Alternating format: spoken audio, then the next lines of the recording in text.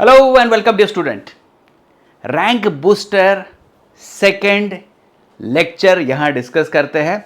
कुछ थोड़े odd type के क्वेश्चन हैं, सिलेबस के अंदर के ही होंगे, लेकिन थोड़ा क्वेश्चन का स्टाइल यहां पर अलग होगा। तो ये सेफ साइड के लिए उन बच्चों के लिए क्वेश्चन बनाए गए हैं या लाए गए हैं जो कि जिनका प्रिपरेशन ऑलरेडी हो चुका है, जो हमारे चैप्टर अभी तक हमने रिवाइज किए हैं उस पर, और ये क्वेश्चन देखने के बाद इसको सॉल्व कर पाए। देखिए, सबसे पहले यहां क्वेश्चन को लेते हैं। आपको सोचना है कि इस क्वेश्चन को किस तरीके से हम सॉल्व कर पाए। देखिए क्या बताया है, find the electric field at origin, okay, due to infinite number of charges are shown in the figure A and B. तो चार्जेस जो है इनफाइनाइट है, लेकिन कहां से प्लेस हुए हैं, 1 2 4, इनका एक पर्टिकुलर पैटर्न यहां पर फिक्स हो रहा है। मैं एक क्वेश्चन को करा के दूंगा, पहले इसको देख लो। फिगर ए में जो क्वेश्चन दिख रहा है उसके बारे में बात करते हैं। क्योंकि ऑल चार्जेस आर पॉजिटिव, तो पॉजिटिव चार्ज जो इलेक्ट्रिक फील्ड प्रोड्यूस करता है, that electric field is away. तो अगर मैं चार्ज को, इस चार्ज को देख रहा हूं, यहां पर मैं डायग्राम भी बना दूं कि जैसे अगर मैं इसको ओरिजिन मान लूं, ये ओरिजिन है और यहां पर बच्चों ये चार्ज है क्यू।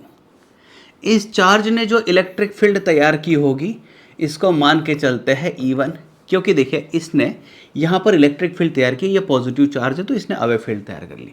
उसके बाद में देखो बच्चों क्या है, यहाँ पर ये 1 मीटर पर रखा गया है, फिर 2 मीटर पर देखिए क्या है, अनदर चार्ज इज देयर। तो इस चार्ज ने इर्रिस्पेक्टिव ऑफ दिस वन, इस चार्ज ने यहाँ पर खुद की और इलेक्ट्रिक फील्ड तैयार कर ली है E2। फिर देखिए थर्ड चार्ज है जो कि 4 मीटर पर रख दिया गया है, इसने भी खुद का इलेक्ट्रिक फील्ड तैयार कर दिया है। तो ये 1 2 और ये थर्ड चार्ज है, तो ये E3 आ गया। आपको दिख रहा होगा सारे के सारे जो वेक्टर्स है एक ही डायरेक्शन में आ रहे हैं। तो यहाँ net electric field eight O would be E1 plus E2 plus E3 so on, ऐसे हो जाएगा क्योंकि इन्फिनिटी तक है। तो यहाँ बच्चों क्या होगा, इलेक्ट्रिक फील्ड का फॉर्मूला था KQ divided by R square था। ये मतलब ओरिजिनल फार्मूला, तो मैं यूज़ कर रहा हूँ यहाँ पर इलेक्ट्रिक फील्ड का फार्मूला। इलेक्ट्रिक फील्ड का फार्मूला एक चार्ज की वजह से अगर हो तो K मतलब 1/4 पाई epsilon not Q divided by R square, ये फार्मूला था। इसका हमें इस्तेमाल करना है, इसका हमें यूज़ करना है। तो सारे के सारे इलेक्ट्रिक फील्ड एक ही साइड में, सारे वेक्टर ऐड हो जाएंगे। तो इसमें सब में मतलब K कॉमन निकल जाएगा, Q कॉमन निकल जाएगा, या फिर मैं एक बार लिख के दे देता हूँ, ठीक है। ये एक्चुअली हो जाना चाहिए वैसे देखा जाए तो, KQ बाय डिस्टेंस का स्क्वायर। तो देखिए Q पहला जो चार्ज है उससे ये पॉइंट 1 मीटर की दूरी पर है, तो 1 का स्क्वायर आ गया, प्लस KQ इस चार्ज से ये पॉइंट 2 मीटर की दूरी पर है, तो 2 का स्क्वायर आ गया, प्लस KQ और ये देखिए ये 2 हो गया, ये 4 मीटर की दूरी पर है तो 4 का स्क्वायर आ गया। इस तरीके से ये होता रहेगा, इस तरीके से ये होता रहेगा। Got it. तो आगे बढ़ते हैं, आगे बढ़ते देखिए क्या करना पड़ेगा। तो K और Q कॉमन निकाल लेता हूँ, तो देखिए 1 आ गया, प्लस यहाँ पर 1/4 आ चुका है, प्लस यहाँ पर 1/16 आ चुका है, प्लस ऐसे ये बढ़ते जाएगा। उसके बाद क्या करना है बच्चों, उसके बाद ऐसे करना है कि electric field E0 is equal to, ये देखो KQ, और अभी यहाँ पर अगर आप देखोगे तो ये ज्योमेट्रिक प्रोग्रेशन है। ज्योमेट्रिक प्रोग्रेशन की स्पेशलिटी क्या होती है आपको पता है। देखिए ये फर्स्ट नंबर है, मैं इसे A कह दूंगा, और R जिसे मैं कहता हूँ कॉमन रेशो, ये कॉमन रेशो क्या होता है बच्चों, इज इक्वल टू, देखिए second divided by first function कर लीजिए, सेकेंड बाय फर्स्ट, या फिर देखिए ये सेकेंड ये फर्स्ट है तो सेकेंड बाय फर्स्ट, या फिर third by second, third by second. तो इनको आप कैसे भी करो, इनको आप कैसे भी यूज़ करो, कैसे भी इस्तेमाल करना है। तो देखो क्या करेगा, कॉमन रेशो मिल जाएगा, सेकेंड बाय फर्स्ट करो या फिर इसको डिवाइड कर दो, तो मुझे आंसर मिलने वाला 1/4। देखो इसको डिवाइड बाय कर दो 1/4/1, या फिर 1/16 डिवाइड बाय 1/4, तो ये कॉमन रेशो आ गया।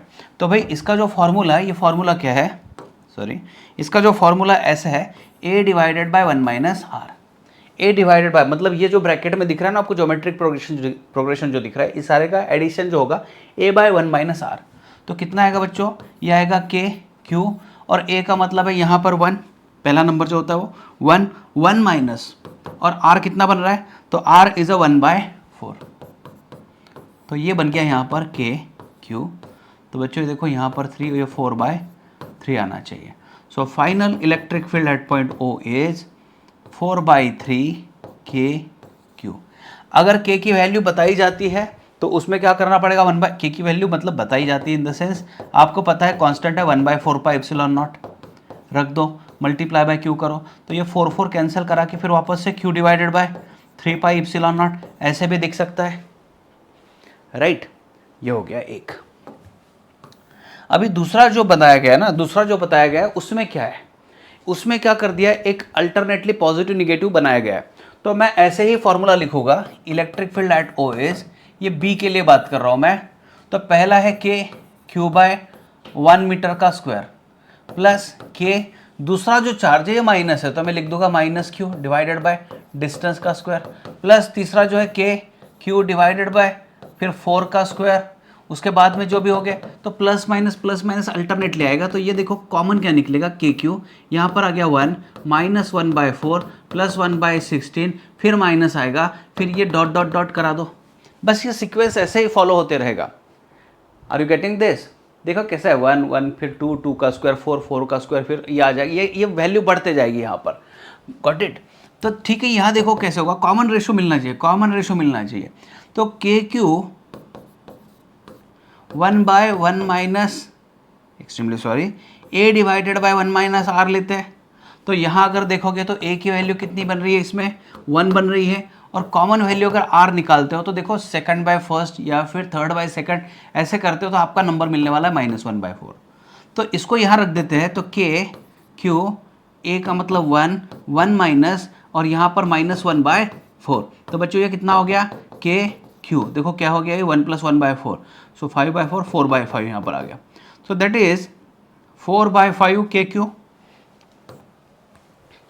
थोड़ा क्वेश्चन अजीब लग सकता है लेकिन ये क्वेश्चन थोड़ा सा हायर एंड पर हमें प्रिपेयर करके रखना पड़ेगा। Are you getting this one? तो इस क्वेश्चन को जिस तरीके से मैंने हैंडल किया बस उसी तरीके से आपको इसको फॉलो करना है। एक स्पेसिफिक पैटर्न तैयार होता है यहाँ पर, और अगर रेशो फॉलो होता है, नॉट नेसेसरी कि पहला नंबर जो है ना, तो देखिए यहाँ पर मुझे जो मिल रहा है 1 मिल रहा है, अदरवाइज आपको देखो क्या करना है, ये कॉमन रेशो तो आपको फील होगा ना, कॉमन रेशो तो आपको दिख रहा है, तो कॉमन रेशो के हिसाब से आपको यहाँ पर जो फर्स्ट नंबर होगा वो भी लेते आएगा, कोई दिक्कत नहीं है। यहाँ पर मुझे 1 दिख रहा है और बाद में देखो मैं तो सारा का सारा रेशो मिल रहा है। तो ये अगर देखो आप एक बार ज्योमेट्रिक प्रोग्रेशन पढ़ लो तो उसी बेस पर ये सारी चीज़ें यहाँ पर ये क्वेश्चन बनाया गया है। उसके आगे देखते बच्चों, 2 charges 4 microcoulomb and 36 microcoulomb and 36 microcoulomb are placed 60 centimeter apart. At what distance from the larger charge is the electric field intensity becomes 0? तो लार्जर चार्ज से पूछा गया है। देखो क्वेश्चन में अभी अरेंजमेंट जो होता है ना वो खुद बहुत क्लियरली बताया होता है। अब यहाँ पर एक्चुअली डायग्राम नहीं दी है तो मैं डायग्राम बना देता हूँ। 2 चार्जेस, तो जैसे मान लीजिए यहाँ पर 4 माइक्रोकूलम है और यहाँ पर 36 माइक्रोकूलम है, तो इन दोनों के बीच का जो डिस्टेंस होगा वो डिस्टेंस बताया गया है 60 सेंटीमीटर।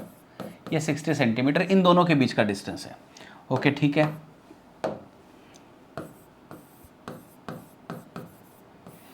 तो देखो क्या होता है, दोनों के दोनों पॉजिटिव चार्जेस है, तो ऐसे जब दोनों की दोनों वैल्यू सेम हो, मैग्नीट्यूड सेम हो, magnitude in the sense sorry polarity same हो, पॉजिटिव पॉजिटिव या फिर दोनों के दोनों निगेटिव हो, तो जो इलेक्ट्रिक फील्ड 0 होती है वो कहाँ पर होती है देख लो। हम मान के चलते हैं, अज्यूम कर लो कि let at distance x electric field यहाँ पर 0 है। अच्छा 0 कैसे बनेगी वो भी देख लो। तो 4 माइक्रोकूलम की वजह से इलेक्ट्रिक फील्ड इधर बनेगी, मान लीजिए E1 है, और 36 माइक्रोकूलम की वजह से इलेक्ट्रिक फील्ड इधर बनने वाली है, ये E2 है। ऐसे क्यों बन रहा है? क्योंकि आपको ये चीज़ समझनी पड़ेगी कि जब उस पॉइंट पर आता है तो देखो 36 माइक्रोकूलम पॉजिटिव है और ये 4 माइक्रोकूलम भी पॉजिटिव है, तो 4 ने मान लीजिए क्या किया, अगर मान लीजिए यहाँ पर कोई चार्ज होता तो ये 4 माइक्रोकूलम उसको ढकेलता, वैसे ही 36 माइक्रोकूलम इधर ढकेलता, ये एक दूसरे के अपोजिट काम करते हैं।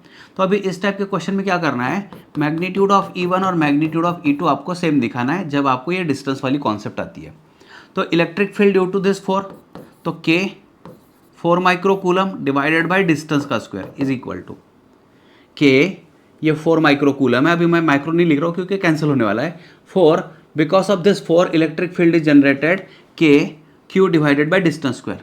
तो electric field due to this K q divided by यहाँ से यहाँ तक का डिस्टेंस कितना, अगर यहाँ पर ये x है तो बाकी बचा 60 माइनस एक्स, इसको ऐसे ही लेना है, तो 60 माइनस एक्स इसका स्क्वायर आ गया। गॉट इट, के कैंसिल हो चुका है, तो 1 by X square is equal to 9 divided by 60 minus X bracket का स्क्वायर, यहाँ तक ठीक चल रहा है। स्क्वायर रूट निकाल दो लगे हाथ, तो 1 बाई एक्स यहाँ पर आ गया 3 by 60 minus X, got it, तो 60 minus X is equal to 3x, तो 60 इज इक्वल टू आ गया 4x, x की वैल्यू कितनी आ गई बच्चों 15 सेंटीमीटर आ गया। ठीक है, लेकिन क्वेश्चन को रिपीट करा देते हैं। क्वेश्चन को कुछ क्या पूछा गया है, at what distance from the larger charge, तो देखो लार्जर चार्ज से पूछा है, सो फील्ड इज 0 एट कितना, तो भाई टोटल ये 60 है, अगर ये 15 है, अगर ये 15 है तो बचा कितना 45, at 45 centimetre from that 36 microcoulomb. मतलब क्वेश्चन में यही पूछा है ना, तो लार्ज चार्ज से, लार्ज जहां पर चार्ज दिख रहा है वहां से इलेक्ट्रिक फील्ड कहां पर 0 है, तो इसके बारे में पूछा गया, यहां पर दिया गया है। Are you getting this? Okay, then next, ये समझ रहा है? नेक्स्ट, तो इलेक्ट्रिक फील्ड से रिलेटेड क्वेश्चन आने के चांसेस भी बढ़ जाते हैं बच्चों यहाँ पर। इसके लिए शॉर्टकट काफ़ी सारी है, उसको समझना है हमें। तो सबसे पहले जो है सिलेंडर वाला क्वेश्चन होता है, इसको मैं शॉर्टकट दे दूंगा, कैसे देख लो। सबसे पहला क्वेश्चन जो है ना, इसमें क्या बताया है, इलेक्ट्रिक फील्ड की एक स्पेसिफिक डायरेक्शन बताई गई है। मैं आपको यहाँ पर दिखा देता हूँ, इलेक्ट्रिक फील्ड की डायरेक्शन जो है, ये इलेक्ट्रिक फील्ड की डायरेक्शन फिक्स करा दी है। तो इलेक्ट्रिक फील्ड मान लो इस डायरेक्शन में है और इसमें यह सिलेंडर रखा हुआ है, तो सिलेंडर को टोटल 3 एरिया है। 3 एरिया कैसे, देख लो, ये एक एरिया है, ये जो है ये एक एरिया है, ये दूसरा एरिया है, और तीसरा जो है वो कर्वेचर वाला सरफेस है। 3 एरिया है। अभी इलेक्ट्रिक फील्ड को अगर प्रॉपरली देखो, मैं यहाँ पर दिखा दूँ आपको, देखो बच्चों, अगर आप प्रॉपरली देखो तो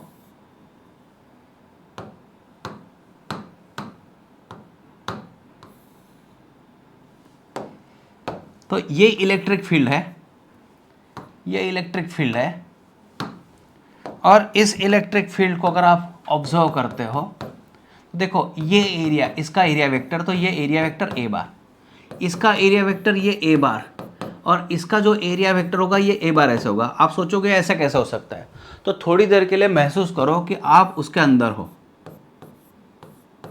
इसके अंदर है। तो इसके अंदर जब होते हैं तो ऐसा इमेजिन करना पड़ता है, यहाँ पर जब क्लोज सरफेस आता है तो क्लोज सरफेस के लिए स्पेसिफिकली ये इसको बताया जाता है। तो क्लोज सरफेस के लिए भी क्या करना पड़ेगा समझ लो, मान के चलते हैं कि हम इसके अंदर है, so think of you are in a room, room की टोटल आपको 6 सरफेसेस दिख रही होगी, 6 सरफेस दिख रही होगी, वॉल जो है मान लीजिए वॉल है, 4 वॉल है, तो आप जब अंदर होते हैं ना, तो वॉल का एरिया वेक्टर कैसे लेना है, बाहर की ओर, बाहर की ओर, सीलिंग बाहर की ओर, फ्लोर बाहर की ओर, नीचे की ओर, गॉट इट। तो जैसे हम यहाँ पर है, तो यहाँ से 3 सरफेस है, एरिया बाहर की ओर, एरिया बाहर की ओर, ये जो कर्व सरफेस है बाहर की ओर।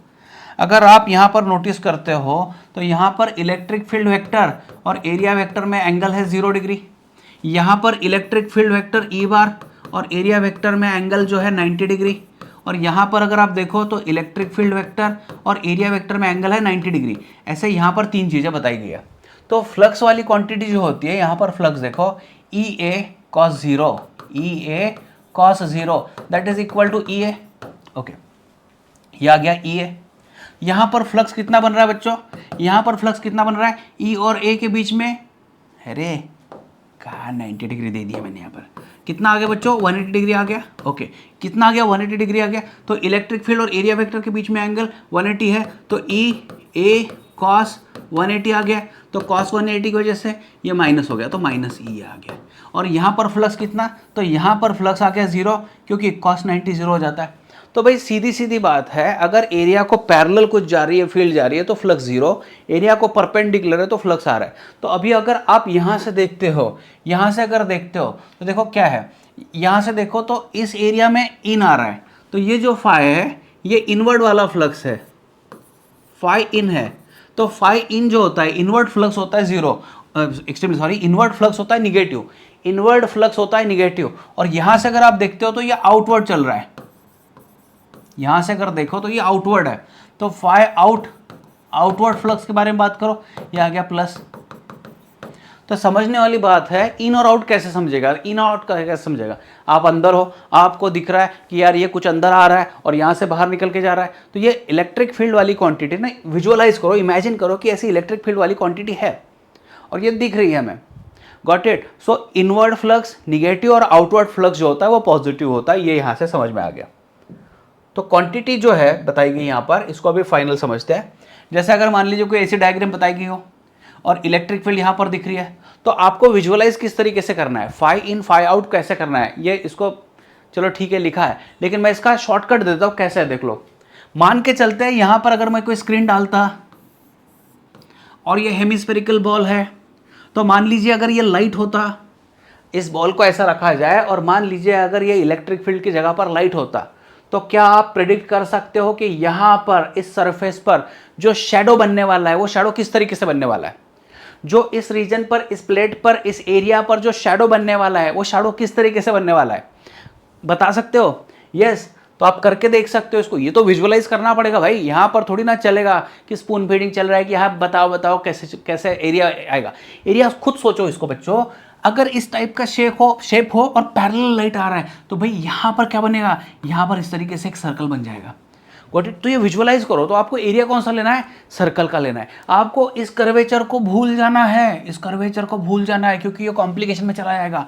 इस कर्वेचर को भूल जाना है, इधर से पैरेलल आ रहा है तो पैरेलल फील्ड का, पैरेलल रे ऑफ लाइट अगर होता तो इसका शेडो सर्कल होता। तो गॉट इट। तो अभी इसको किस तरीके से करना है, जो अंदर आ रहा है वो बाहर भी जा रहा है, तो यहाँ पर देखिए फाई इन, फाई सर्कुलर, इन है तो माइनस, सर्कल का एरिया बच्चों पाई आर स्क्वायर और यहाँ पर फील्ड है ए, तो माइनस क्यों आया, मैंने अभी बताया था, इनवर्ड फ्लक्स निगेटिव और आउटवर्ड फ्लक्स क्या आ रहा है बच्चों, जो कि कर्व्ड सरफेस से आ रहा है। क्वेश्चन आपको अगर पूछा जाए तो वो कर्व्ड सरफेस वाला होगा, अगर क्वेश्चन आपको पूछा जाए तो वो कर्व्ड सरफेस वाला होगा। तो कर्वेचर सरफेस वाला अगर क्वेश्चन पूछा जाए तो देखो आपको एक चीज समझनी है भाई, कर्वेचर हो या कुछ भी हो, जितना अंदर आया उतना बाहर जाने वाला है, जितना अंदर आया उतना बाहर जाने वाला है, तो बाहर जो जाने वाला है बस इतना ही जाने वाला है, सिर्फ इसको पॉजिटिव लेना पड़ेगा। अच्छा, इसका सबसे एंड क्या होता है, जितना अंदर आया उतना बाहर चला गया, तो टोटल कितना हुआ, 0 हुआ। आर गेटिंग दिस, टोटल कितना हुआ, 0 हुआ। ठीक है, चलो समझने वाली बात समझ रही है, गॉट इट। यहां देखो क्या है, यहाँ भी इलेक्ट्रिक फील्ड इसी तरीके से, तो भाई ये इलेक्ट्रिक फील्ड, इसको अगर देखा जाए तो इलेक्ट्रिक फील्ड और एरिया वेक्टर एक दूसरे को परपेंडिकुलर दिखेंगे, ये आंसर 0 बन गया। वैसे ही नीचे भी होगा, पीछे आगे वाले साइड में भी होगा, सिर्फ जो आंसर मिलने वाला है, सिर्फ जो आंसर मिलने वाला है इस पर मिलने वाला है और इस पर मिलने वाला है। तो देखो क्या होगा, यहाँ इलेक्ट्रिक फील्ड अंदर जा रही है और यहाँ से इलेक्ट्रिक फील्ड बाहर आ रही है, तो इन दोनों को अगर आप सही ढंग से देखो तो यहाँ अपोजिट में आ रहा है और यहाँ पर इन द सेम डायरेक्शन आ रहा है, तो ये इन वाली चीज़ है, ये आउट वाली चीज़ है, इन वाली चीज़ है माइनस, तो इसका एरिया स्क्वायर है तो स्क्वायर का एरिया ए स्क्वायर, और ई इलेक्ट्रिक फील्ड, आउटवर्ड फ्लक्स बस इसी के इक्विवेलेंट, लेकिन सिर्फ पॉजिटिव आ गया, तो टोटल फ्लक्स कितना, 0 आ गया। छोटी चीज़ है समझने की, इन आउट इक्वल बताए, तो यहाँ पर इलेक्ट्रिक फील्ड जो है इसी तरीके से इलेक्ट्रिक फील्ड होगा, उसमें ये बॉक्स रख दिया गया है, तो जितना अंदर गया उतना बाहर गया। उसी तरीके से ये कॉन्सेप्ट करके रख लो, किसी ना किसी बैच को तो ये क्वेश्चन आने ही वाले हैं।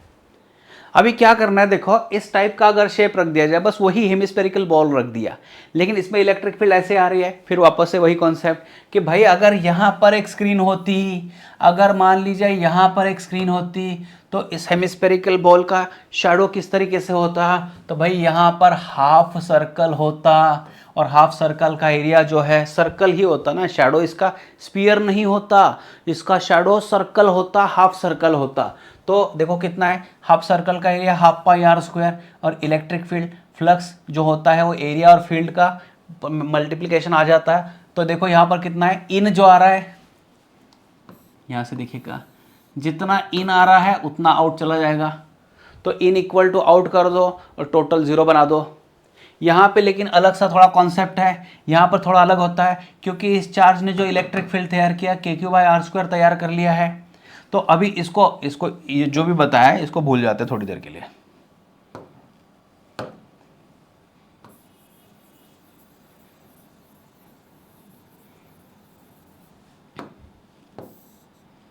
चलो इसको भूल जाते थोड़ी देर के लिए, मैं यहाँ पर बताता हूँ। मैं तो ऐसे विजुअलाइज करता कि भाई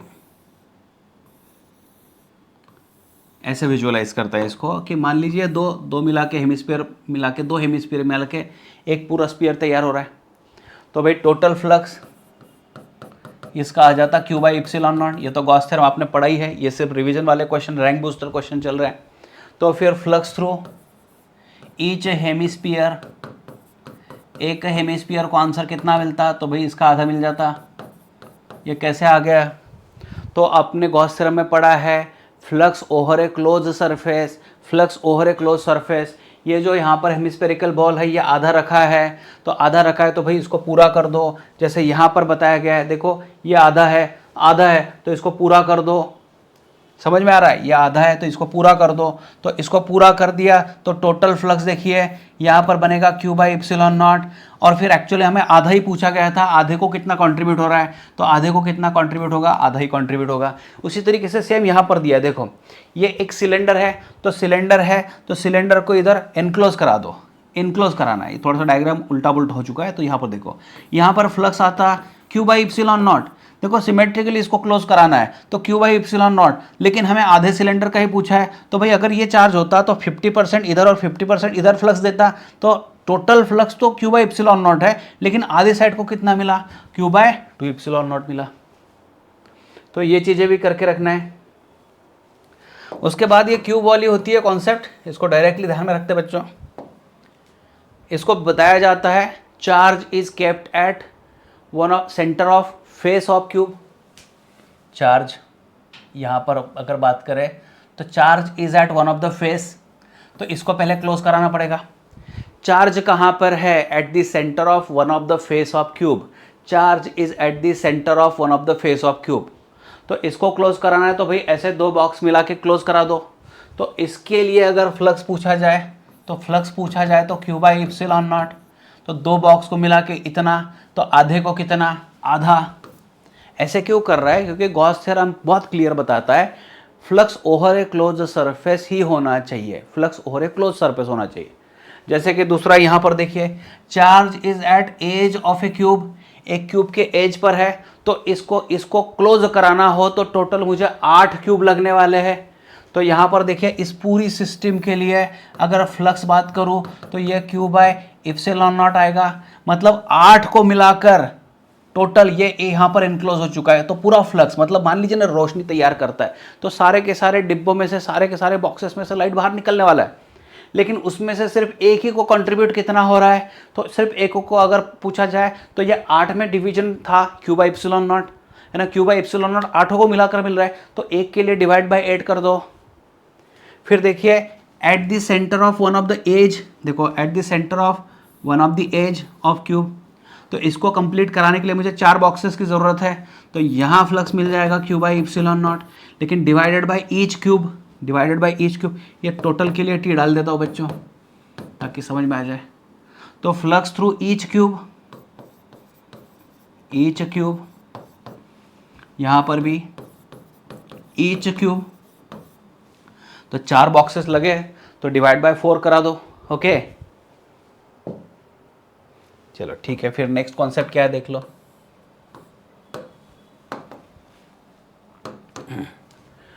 to negative charges each of magnitude Q are 2 are distance apart. Okay, a positive charge Q is lying at the mid of the them. ठीक है, पहले सिचुएशन को देख लेते क्या है। Okay, two negative charges -Q are at distance 2 are apart and a third charge Q is lying middle।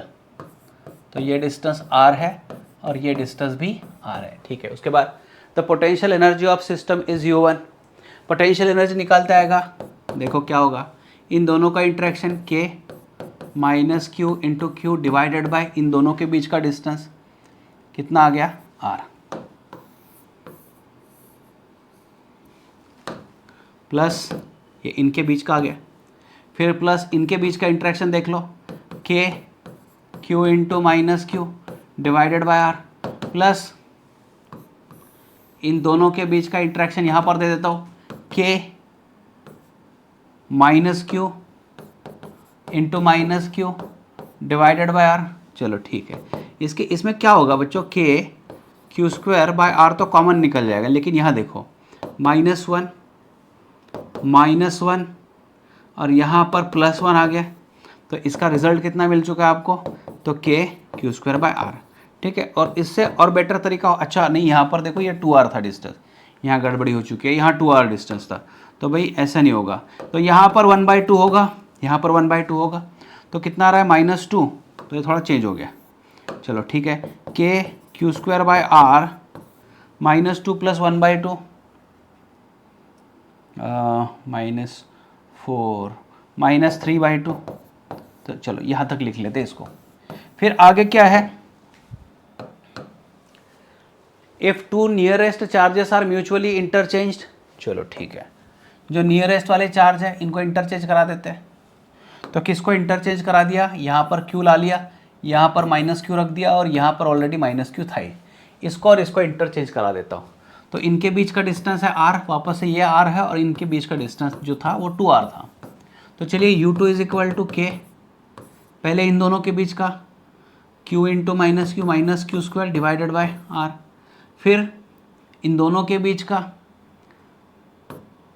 Plus -Q into -Q square divided by R, फिर उसके बाद में इन दोनों के बीच का Q इंटू -Q,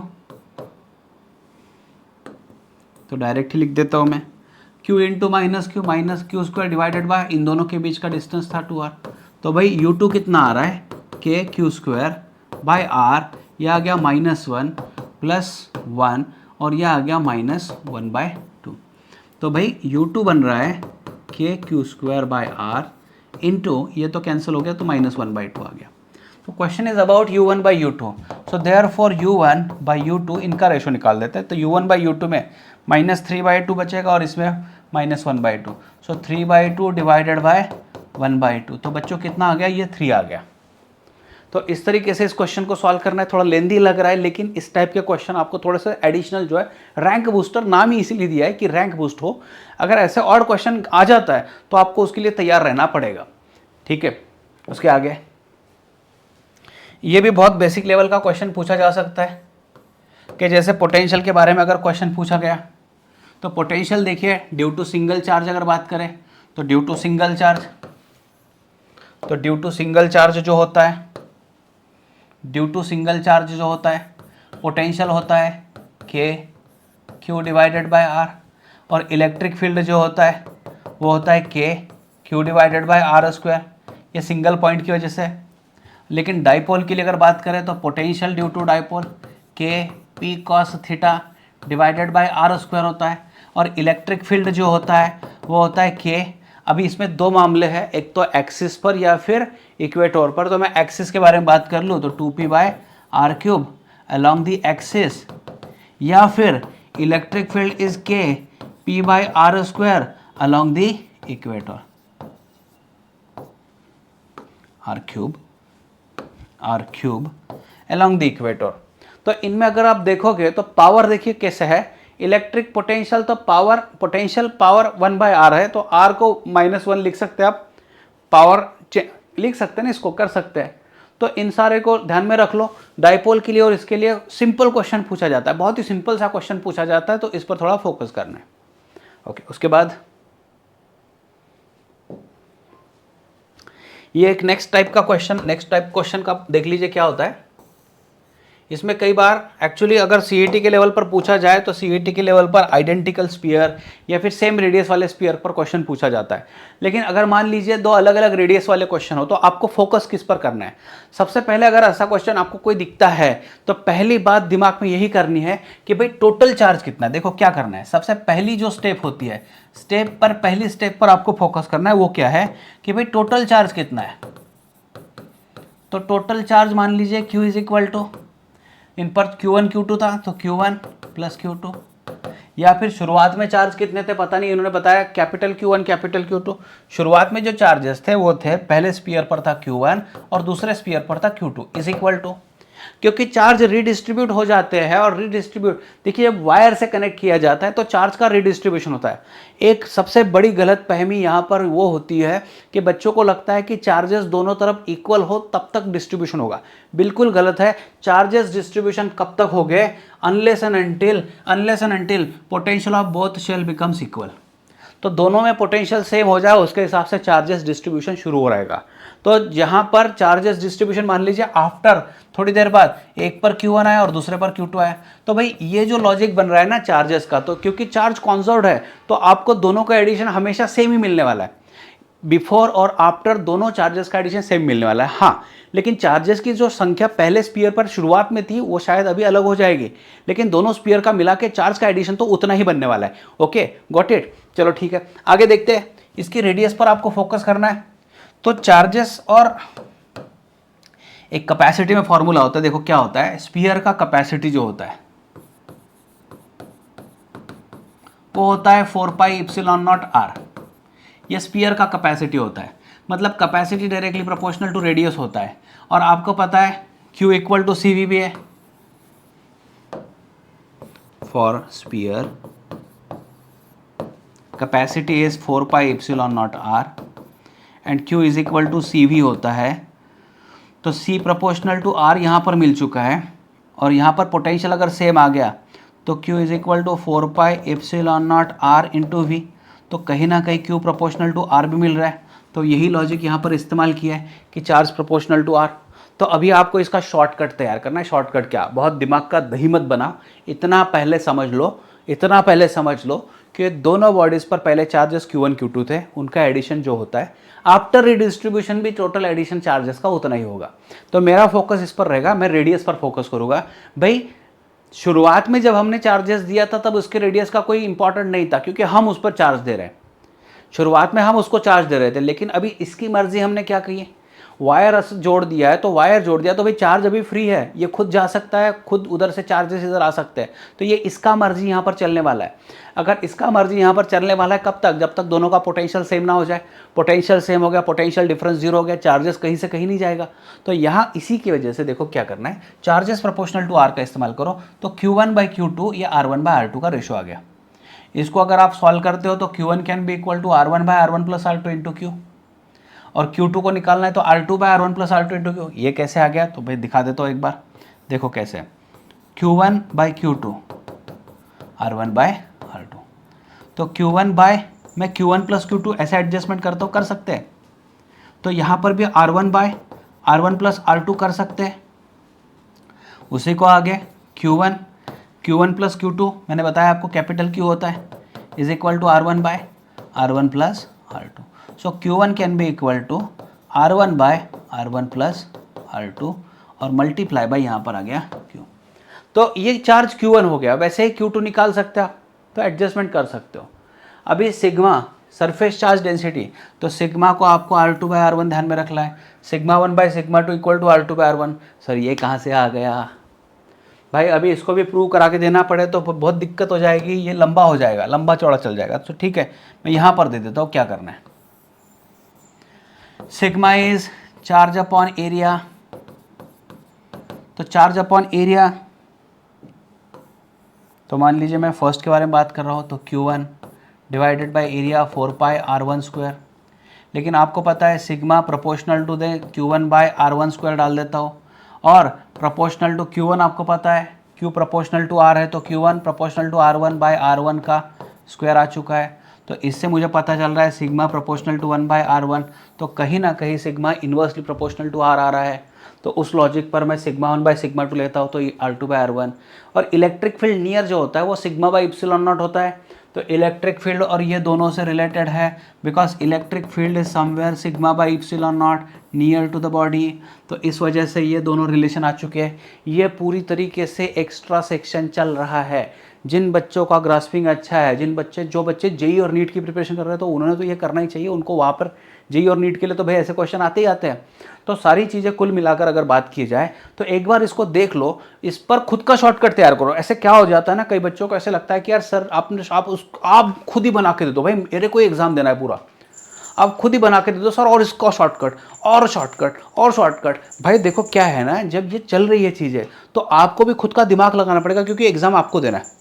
ये सारी चीज़ें हम लोग देख रहे हैं, ठीक है, वन शॉट में आ रहा है या फिर कोई हमारे सेशंस बन रहे हैं, तो बहुत बढ़िया सेशन चल रहा है, आपकी तरफ से अप्रिसिएशन भी काफ़ी सारा आ रहा है। लेकिन एक चीज़ आपको नोट करनी है बच्चों, कि जब हम बैठते हैं ना तो खुद का भी दिमाग लगा के हमको सोचना पड़ता है, एक प्लान करना पड़ता है, यार ऐसे अगर क्वेश्चन आ जाए तो क्या करूँ मैं।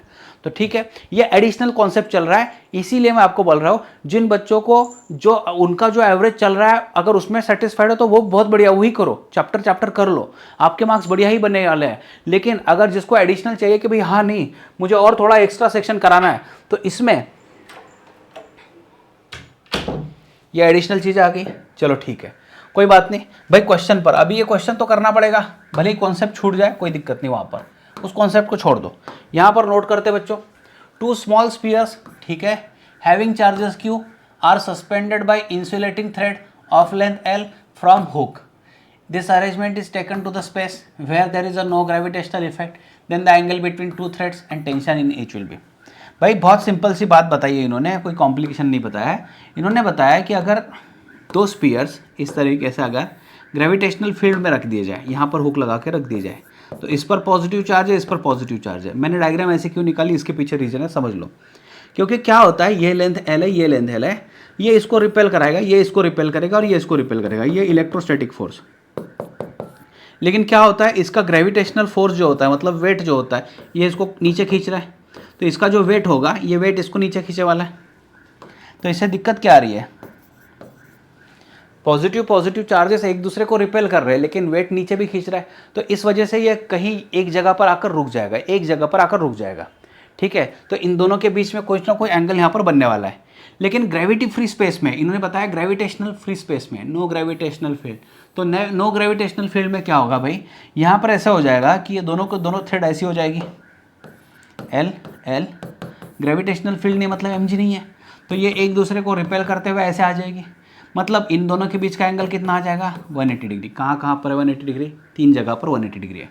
और इनके बीच का जो इलेक्ट्रोस्टैटिक फोर्स होगा वो होगा 1/4πε0 प्रोडक्ट ऑफ चार्जेस, क्योंकि दोनों चार्जेस सेम है, तो Q into q divided by इन दोनों के बीच का डिस्टेंस है ट्वाइस L, तो ट्वाइस L का स्क्वायर। देखो L और L ट्वाइस L, तो ये आ गया 1/4πε0 capital Q square divided by 4L का स्क्वायर, ऐसे कुछ आने वाला है।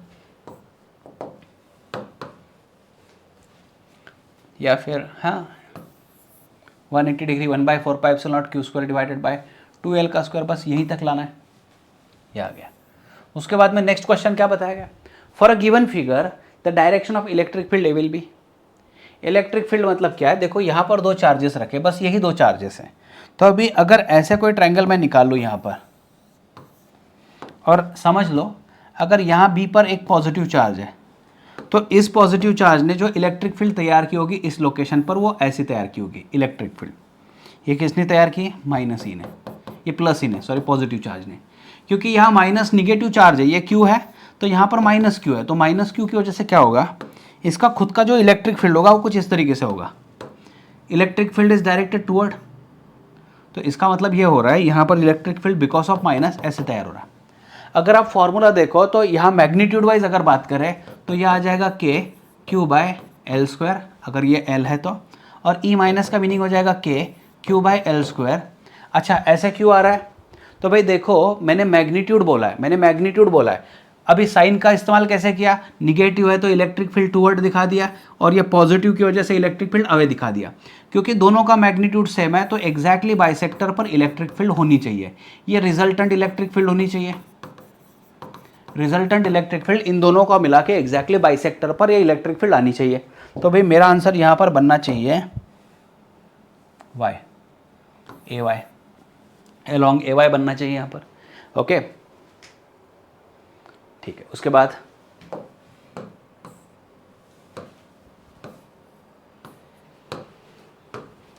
तो कुछ इसमें से शायद एक दो क्वेश्चन हुए भी होंगे। चलो यहाँ देखते हैं। Electric charge is uniformly distributed over long straight wire of radius 1 millimetre sorry. The charge per centimetre is Q। So let lambda is Q per centimetre. तो इन्होंने बोला है charges are Q coulomb per centimetre दे देता हूँ मैं। A cylinder of radius 50 centimetre and length 1 metre encloses the total flux. So phi होता है Q in by epsilon naught. अभी आपके सामने टारगेट क्या है बच्चों? टारगेट यह होगा कि ये जो रीजन दिख रहा है इस रीजन के अंदर कितना चार्ज है। तो भाई जो रीजन दिख रहा है, समझो ये जो सिलेंडर दिख रहा है इसके अंदर कितनी वायर है। तो यहाँ से यहाँ तक वायर है। कितनी वायर है बस इसको ही लेना है। तो ये 1 मीटर है। 1 मीटर मीन्स 100 सेंटीमीटर। तो इसके अंदर जो चार्ज होगा जिसको मैं Q इन बोल दूंगा, तो lambda into that given length. तो लैम्बडा कितना है? लैम्बडा कितना है? Q coulomb per centimetre into इसका लेंथ कितना है? 100 सेंटीमीटर। तो सेंटीमीटर सेंटीमीटर कट, तो यह आ गया 100 Q। तो भाई Q इन जो मिल रहा है मतलब कितना जो सिलेंडर लिया, क्योंकि क्वेश्चन इसी बार पूछा गया इस सिलेंडर के अंदर का, तो पासिंग थ्रू सिलेंड्रिकल सरफेस पूछा गया। तो भाई टोटल फ्लक्स कितना हो गया? तो फ्लक्स हो गया Q in by epsilon naught. तो ये हो गया 100 Q divided by epsilon naught. तो 100 Q by epsilon naught, 100 Q by epsilon naught. इसका आंसर बनना चाहिए 100 Q by epsilon naught. 1 metre charge per centimetre Q।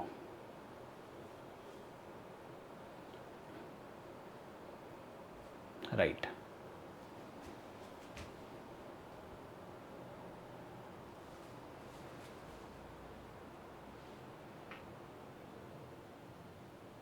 One metre lambda charge per centimetre of length of wire is Q। Right. Q coulomb per centimetre 100 centimetre 100। Got it. चलो ठीक है। उसके बाद बच्चों 41 पर आता है, इस क्वेश्चन पर आता है। If the electric flux entering and leaving the close surfaces φ1 and φ2 respectively, then electric charge inside the surfaces. देखो क्या होता है, phi total is phi in plus phi out होना चाहिए। Phi in plus phi out होना चाहिए। तो अभी क्वेश्चन में क्या बताया गया है? The electric flux entering and leaving close surfaces φ1 and φ2, then electric charge inside is. तो देखो फ्लक्स किसी एक पर्टिकुलर रीजन को अगर मैं देखूं, जैसे मान लिए इस रीजन में पॉजिटिव चार्ज है, तो यहाँ से फ्लक्स आउट आएगा। तो जहाँ पर फ्लक्स आउट है वहाँ पर कहीं ना कहीं चार्जेस, जो अगर मान लीजिए Q आउट, तो Q बाई एप्सिलॉन नॉट आएगा, इसी वजह से आउट आ रहा है। लेकिन अगर यहाँ पर इसके अंदर अगर निगेटिव चार्ज हो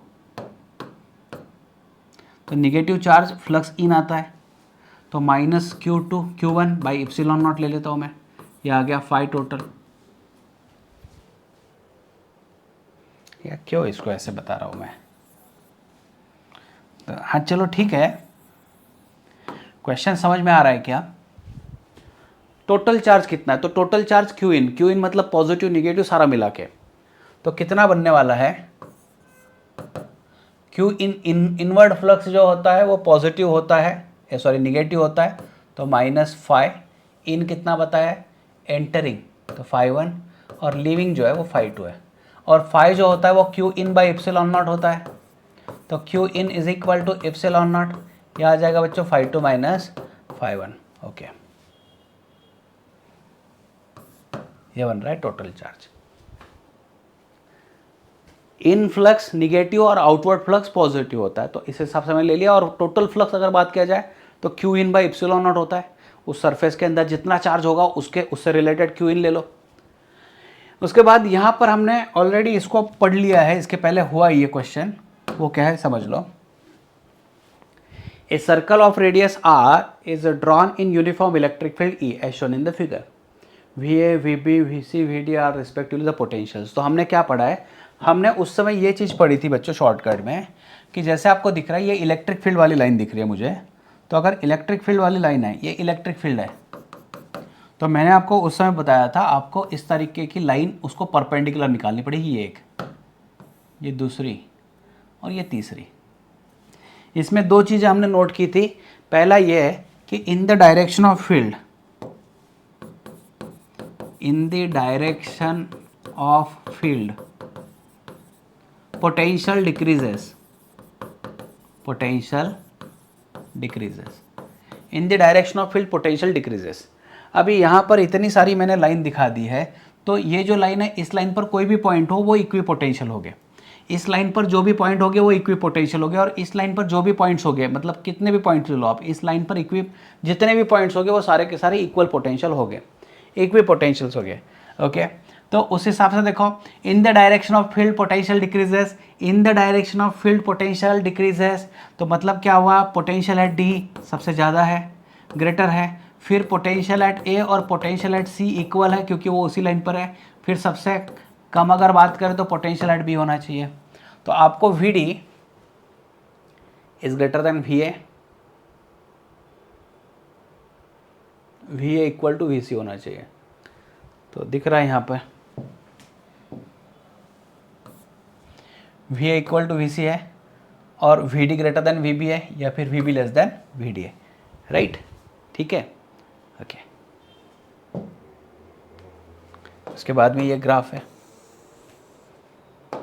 consider conducting spherical shell, radius R, carrying positive charge, density okay, variation of electric field, तो शेल है तो इसके अंदर इलेक्ट्रिक फील्ड बाई 0 थी, electric field for shell was 0 inside और आउटसाइड ऐसे ग्राफ था, ये इलेक्ट्रिक फील्ड वर्सेस आर का ग्राफ था। लेकिन पोटेंशियल का जो ग्राफ होता है तो पोटेंशियल इनसाइड इज कांस्टेंट और फिर outside is inversely proportional to R, तो ये दोनों ग्राफ को आप कंबाइन करा दो तब जाके आपका ई और वी का ग्राफ मिलने वाला है। तो यहाँ पर बच्चों कितना बनने वाला है,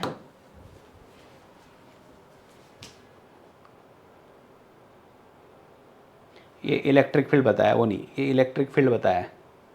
डॉटेड लाइन क्या है, हाँ, dotted line represent potential curve,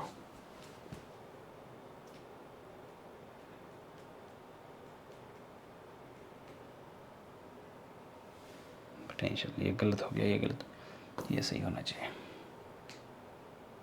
dotted line जो है ये पोटेंशियल का है इनवर्स और ये इलेक्ट्रिक फील्ड का है, थोड़ा कम ज़्यादा दिखा है, ठीक है, 4th नंबर आना चाहिए। उसके बाद कैपेसिटर से रिलेटेड कुछ क्वेश्चंस है जो पॉपुलर है, ये क्वेश्चन को थोड़ा ध्यान से करो। What is the equivalent capacitance of the combination, what is the equivalent capacitance of this combination. तो इस कैपेसिटर में क्या किया है ना, आपको यहाँ पर नज़र आएगा, यहाँ पर इस कैपेसिटर को इस तरीके से एडजस्ट किया है कि यहाँ पर एक वायर शॉर्ट कर दी गई है। शॉर्ट का मतलब यह होता है, बच्चे इसमें कंफ्यूज हो जाते हैं, तो कन्फ्यूजन नहीं है, यहाँ पर देख लो, इस पॉइंट को इस पॉइंट के साथ जोड़ दिया गया है। एक्चुअल में देखा जाए तो एटलीस्ट कैपेसिटर सीरीज़ में भी हो तो ये पॉइंट कभी एक दूसरे से नहीं जुड़े होते हैं, जुड़े होते हैं तो फिर बैटरी डाल दी जाती है बीच में, तब जोड़ा तो ठीक चलेगा। लेकिन मान लीजिए 2 प्लेट्स है और मैंने किसी सादी वायर से इसको जोड़ दिया, तो जो चार्ज आता है ना, चार्ज कैपेसिटर पर जाने की बजाय इधर से इधर निकल के जाएगा, मतलब इसको कहा जाता है शॉर्ट। शॉर्ट का मतलब क्या है, एक सिंपल वायर जो कि चार्जेस को यहाँ से बाईपास प्रोवाइड कर रही है, तो कैपेसिटर पर कुछ भी नहीं आएगा। कैपेसिटर तो ऑफर करने वाला हेवी रेजिस्टेंस यहाँ पर डायरेक्ट को, तो चार्जेस जब आते हैं तो वायर के थ्रू बाहर निकल जाएंगे। तो भाई इस टाइप की डायग्राम पर थोड़ा फोकस कर लो, और इस टाइप की डायग्राम के लिए आपको ये नोट करना पड़ेगा, यस, क्या करना पड़ेगा, तो ऊपर का कैपेसिटर ले लो, नीचे का कैपेसिटर ले लो और इनको जोड़ दो ऐसे, इसको डिस्कार्ड करा दो, बीच में निकाल दो। क्यों निकालना है वापस से समझा रहा हूँ मैं बच्चों, क्योंकि यहाँ पर इस पॉइंट को और इस पॉइंट को एक प्लेन वायर से जोड़ा गया और फिर यहाँ पर क्वेश्चन पूछा गया, तो इनको प्लेन वायर से जोड़ दिया, तो प्लेन वायर से जोड़ने की वजह से ये शॉर्ट हो गया, मतलब इसका इस्तेमाल नहीं होगा, चार्जेस को एक बाईपास अल्टरनेट रास्ता मिल चुका है, ये इधर से नहीं जाने वाला। तो भाई इसका कैपेसिटी कितना हो जाएगा, 2C होने वाला है। ओके, इसका कैपेसिटी 2C होने वाला है। ऑलरेडी ये नीट एग्जाम में भी पूछा गया है इसके पहले। उसके बाद बच्चों देखो यहाँ पर क्या करना पड़ेगा, the equivalent capacitance between point A and B. तो ए एंड बी के बीच में ये 2 माइक्रोफैरड है। फिर वापस देखो ए से लेकर बी तक, देखो कैसे सीरीज पैरेलल में बच्चों को कन्फ्यूजन हो जाता है। तो ए से लेकर बी तक जाना है तो भाई एक पाथ तो ये था, लेकिन ए से लेकर बी तक जाना है तो ये दूसरा पाथ था, और ये 3 जो कैपेसिटर्स है ये सीरीज़ में है। तो सीरीज़ में आपको पता है क्या करते हैं, सीरीज़ में पता है आपको क्या करते हैं, C/N करना पड़ेगा क्योंकि तीनों आइडेंटिकल है। तो C/N के हिसाब से 2/3 माइक्रोफैरड आ चुका है। अभी फाइनली इसका क्या होगा, तो क्योंकि ये 2 कैपेसिटर्स है जो कि पैरेलल है तो इनका एडिशन हो जाएगा। तो C effective would be 2 + 2/3 8/3 microfarad ये आना चाहिए, 8/3 माइक्रोफैरड ये आना चाहिए। देखो सीरीज पैरेलल में कन्फ्यूजन ना हो आपका, सीरीज पैरेलल में कन्फ्यूजन ना होना चाहिए, यहाँ पर नहीं होना चाहिए। उसके बाद देखो बच्चों क्वेश्चन नंबर 29 यहाँ पर देखिए, a parallel plate air capacitor,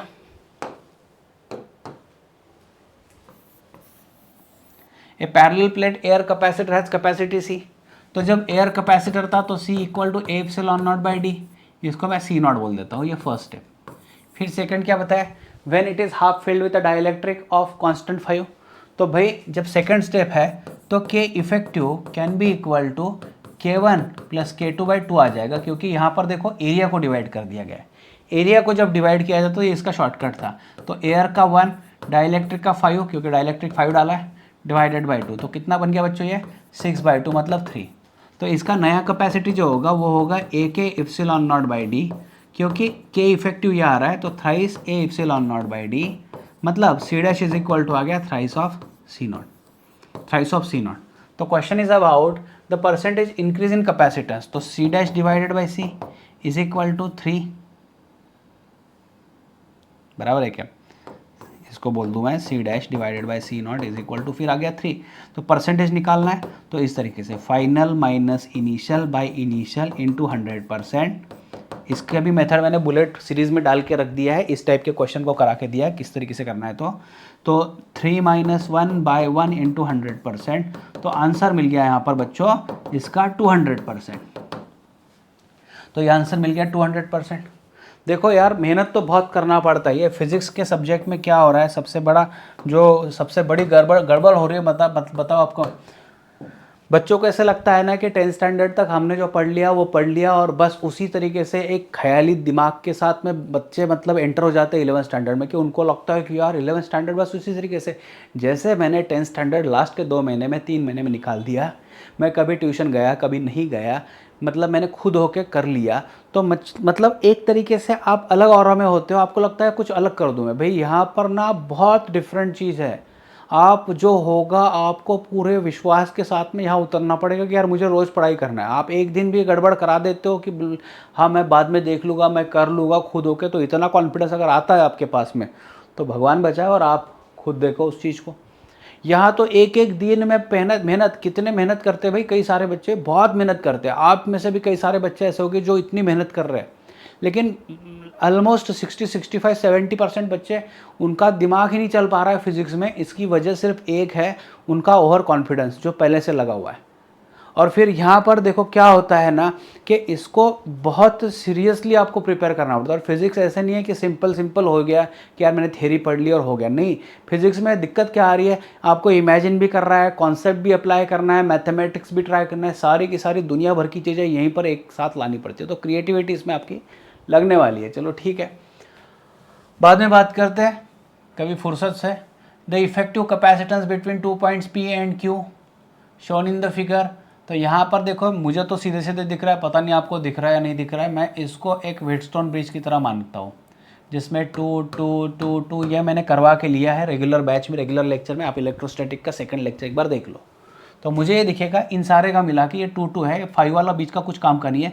इसका कैपेसिटी आ जाएगा 2 माइक्रोफैरड। फिर यहाँ देखो ये आ गया 1 माइक्रोफैरड, और इसको पैरेलल आ गया 1 microfarad.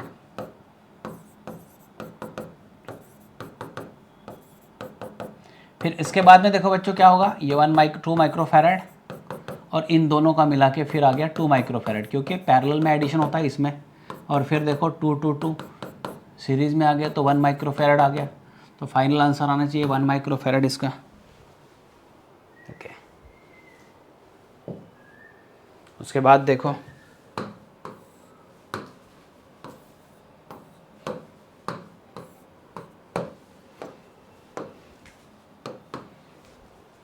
The value of equivalent capacitance of combination shown in figure between points P and Q, between point P and Q. ठीक है, तो शुरुआत वहाँ से करो जो सबसे वीक कड़ी हो, मतलब क्या वीक लिंक कहाँ पर है, मुझे यहाँ दिख रहा है ये दोनों पैरेलल में।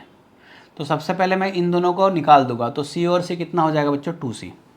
इसकी डायग्राम भले मैं शुरुआत कर देता हूँ यहाँ पर। फर्स्ट स्टेप, तो फर्स्ट स्टेप में मैंने क्या किया, फर्स्ट स्टेप में बाकी तो 2c था, फिर 2c था और इन दोनों का मिला के वापस से हो गया 2c। उसके बाद में देखो यहाँ से ये c है, इन दोनों का मिला के तो 2c ऑलरेडी मैंने करा लिया। अभी क्या करना है, ये 2c और ये 2c मुझे सीरीज़ में दिख रहा है, ये दो तो मुझे सीरीज़ में दिख रहे हैं और ये बचा हुआ था यहाँ पर 2c। ओके, p और q, इन दोनों का मिला के कितना हो जाएगा बच्चों, c हो जाएगा। तो फिर वापस से सेकंड स्टेप, ये सेकंड स्टेप को लेते हैं 2c ये वाला, इन दोनों का मिला के c और इसको पैरेलल यहाँ पर दिख रहा है मुझे c, फिर वहाँ पर से 2c। फिर तीसरे स्टेप आते हैं, तो तीसरे स्टेप में क्या करना है, तीसरे स्टेप में वापस से इन दोनों का मिला के c प्लस c 2c हो जाएगा। तो फिर देखो 2c, ये 2c और यहाँ पर भी है 2c। फिर चौथी स्टेप क्या होगी, मुझे वापस से एक चीज़ दिख रही है, ये दोनों सीरीज़ में दिख रहे हैं, तो इन दोनों का मिला के आ जाएगा c और यहाँ पर है 2c। तो फिर लास्ट में इनका हो जाएगा भैया 3c, इनका हो जाएगा 3c। तो कैसे कैसे स्टेप फॉलो किया मैंने, पहले इन दोनों को 2c करा दिया, तो ये 2c और ये 2c सीरीज़ में दिख रहा है। फिर ये 2c और 2c को मिला के c करा दिया, तो 2c और 2c मिला के c हो गया, इनका c हो गया। फिर ये c और ये c पैरेलल में आ गया, फिर इनका फिर 2c हो गया। ये सारा c 2c c 2c c 2c कर लो। Okay, next is 54th। Next question देख लेते बच्चों यहाँ पर। अच्छा, आपने देखो यहाँ पर एरिया को डिवाइड करा दिया है, तो इफेक्टिव डाइलेक्ट्रिक कांस्टेंट निकाल लेते हैं। कितना होगा, K1 प्लस K2/2, मतलब K1 2 प्लस 4 डिवाइडेड बाई 2, तो ये आ गया 3। अब क्वेश्चन क्या बताया है वो भी समझ लो। The parallel plate capacitor is 10 microfarad in air, तो C0 जो था, जो कि A/0/d था, इसका मतलब 10 माइक्रोफैरड हो चुका है। तो अगर ऐसे होता ही है, अगर ऐसे ही होता है, तो मीडियम इंसर्ट करने के बाद में C medium is A K/0/d होता, तो A/0/d को अलग ला लेता हूँ, तो ये जो K बन रहा था ये K इफेक्टिव बन रहा था। समझ लो ना, क्वेश्चन तो मतलब देखे बराबर, डायग्राम देखे बराबर समझ में आ रहा है। तो एयर जब होता है, ये क्वेश्चन रिपीट होता है, इस टाइप के क्वेश्चन तो सीईटी के लिए तो बहुत रिपीट हो जाते हैं, नीट में और जेईई में भी क्वेश्चन ऐसे ही आते हैं।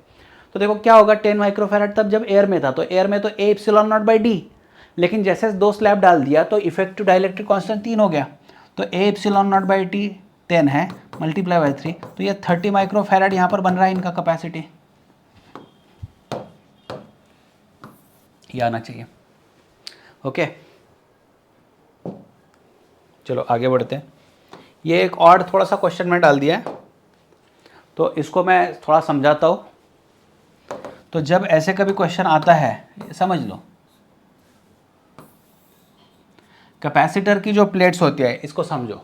कैपेसिटर की जो प्लेट्स होती है, जैसे यहाँ पर P और Q बताया, तो यहाँ पर अगर डाइलेक्ट्रिक ना होता तो कैपेसिटर के बीच में, पैरेलल प्लेट कैपेसिटर के बीच में एक यूनिफॉर्म इलेक्ट्रिक फील्ड बनती है। तो यूनिफॉर्म इलेक्ट्रिक फील्ड बनती है मतलब एक कांस्टेंट इलेक्ट्रिक फील्ड बनती है, तो हर तरफ यहाँ पर एक कांस्टेंट इलेक्ट्रिक फील्ड बननी चाहिए। तो ये इलेक्ट्रिक फील्ड ई नॉट बननी चाहिए। इलेक्ट्रिक फील्ड कितनी बननी चाहिए यहाँ पर?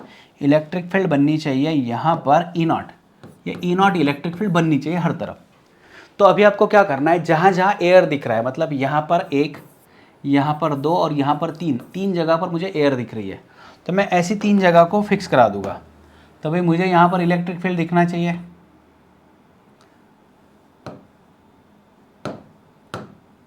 फिर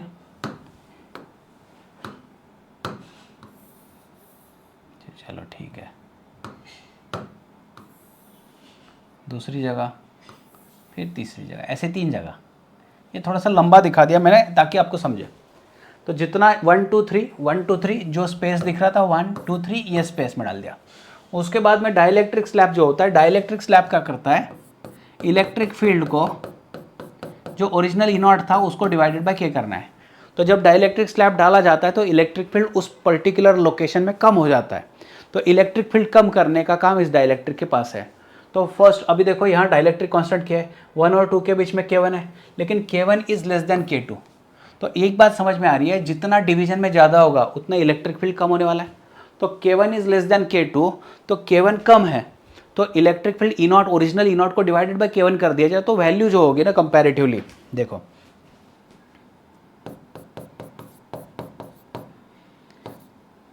K1 लेस देन K2 है, तो E naught by K1 greater than E naught by K2 कर सकता हूँ क्या मैं? अब बोलोगे ये कैसा है, तो भाई समझ लो E naught by K1 E naught by K2 ऐसे रख लेता हूँ भाई। तो 1 by K1 greater than 1 by K2, तो E naught by K1 greater than E naught by K2 कर सकते हैं। तो यहाँ पर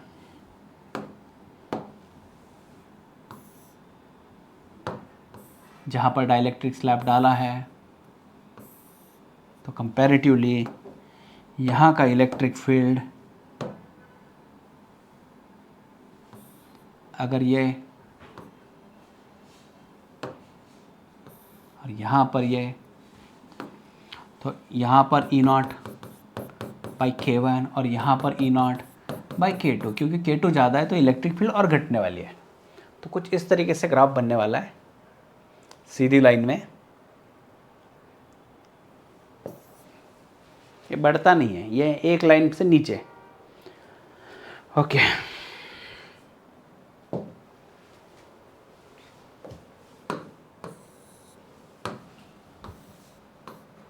ठीक है, कैपेसिटर से रिलेटेड आगे 7 capacitors each of capacity 2 microfarad are connected so as to have total capacity 10/11। 10/11 होना चाहिए।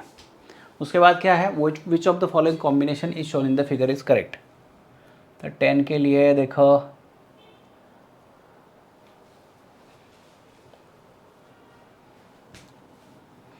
सी इफेक्टिव इज लाइक ऐसा मान के चलते हैं, n कैपेसिटर्स पैरेलल में हो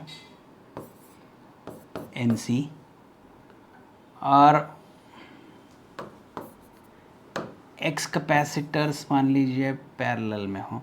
इसको आसान भी कर सकते हैं ना, कैसे कर सकते हैं, चलो ठीक है, x इन सीरीज और y इन पैरेलल।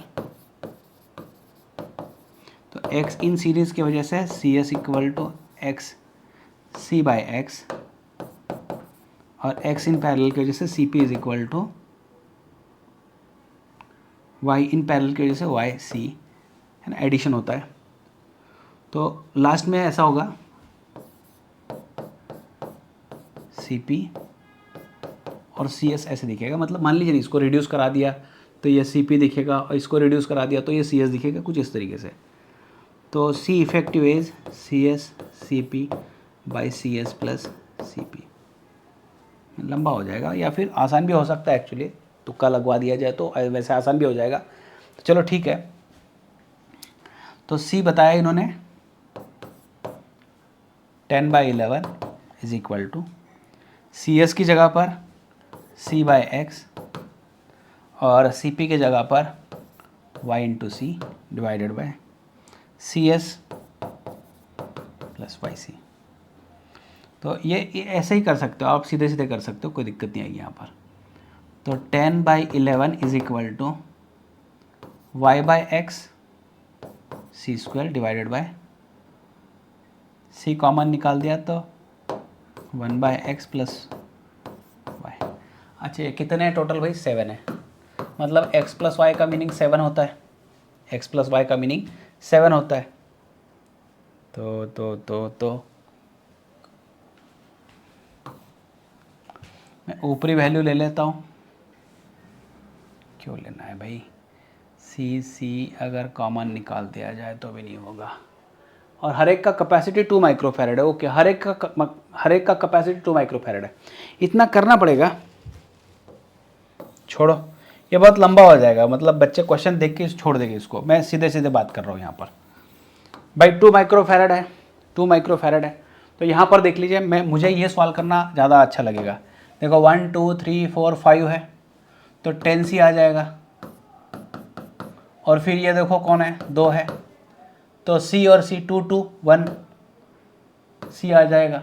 मतलब माइक्रोफैरड है, समझो यार। ठीक है, इनका मिला के 1 2 3 4 5 तो 10 माइक्रोफैरड हो चुका है। और इन दोनों का मिला के 1 माइक्रोफैरड हो चुका है। तो ये दोनों सीरीज़ में आ गए। C1 C2 by C1 plus C2 is equal to 10/11 आ चुका है। पहले ही आंसर मिल चुका है।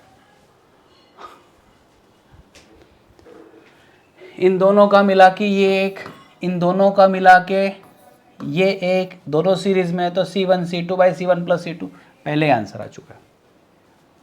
ठीक है, उसी तरीके से यहाँ पर देखो बच्चों, इनफाइनाइट बताया गया है तो कोई दिक्कत नहीं। ये सारे पैरेलल में, तो पहला कैपेसिटर C, दूसरा कैपेसिटर C और C/2, तीसरा कैपेसिटर C/4, चौथा कैपेसिटर C/8। तो इस तरीके से ये सारे के सारे पैरेलल में कनेक्टेड है। तो C इफेक्टिव होना चाहिए, C पैरेलल में C1 plus C2 plus C3 plus C4 so on.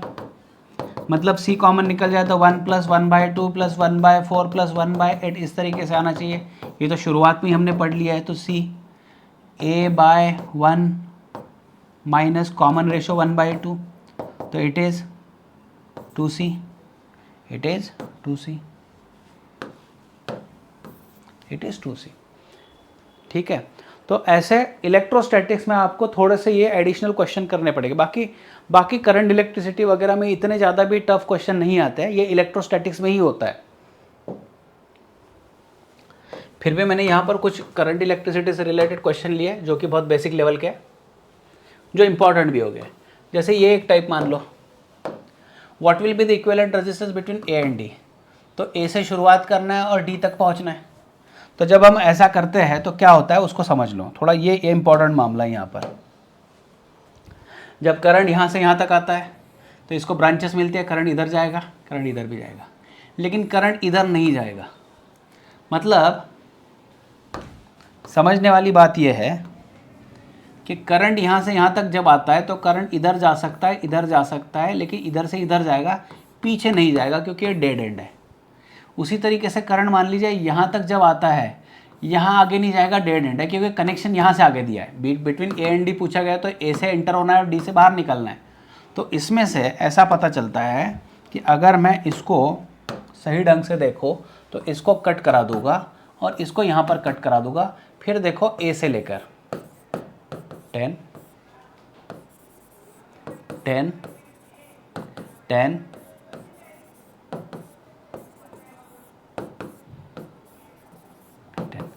ये ऐसा रहेगा कॉम्बिनेशन। तो बच्चों क्या हो जाएगा, देखो ये 10 प्लस 10, ये दो सीरीज़ में 20, और ये 10 प्लस 10 20।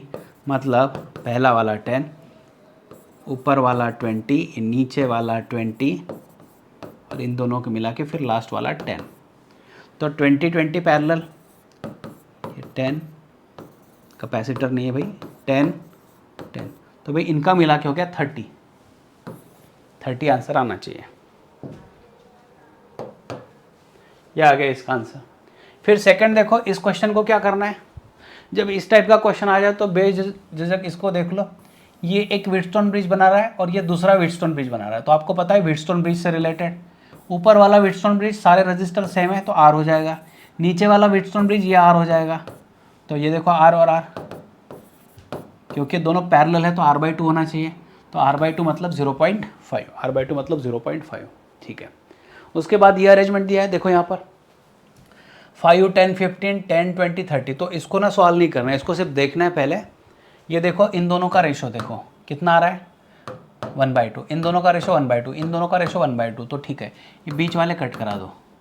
तो फिर देखो 5, 10, 15, 10, 20, 30, तो ऊपर 15, 5, 10 सॉरी 15, 20, 30, ऊपर आ गया 30 और नीचे आ गया 60।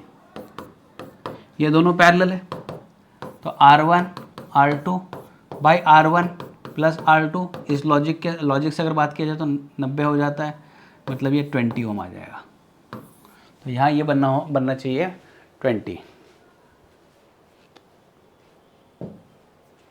थोड़ा फास्ट होना पड़ेगा बच्चों यहाँ पर, ऐसे नहीं चलेगा कि, तो ये बूस्टर सीरीज इसीलिए लगाई है कि उन बच्चों का फ़ायदा हो जाए। हम लोग 100% के हिसाब से बात करें तो उन बच्चों का फ़ायदा हो जो परफेक्टली काम कर रहे हैं यहाँ पर।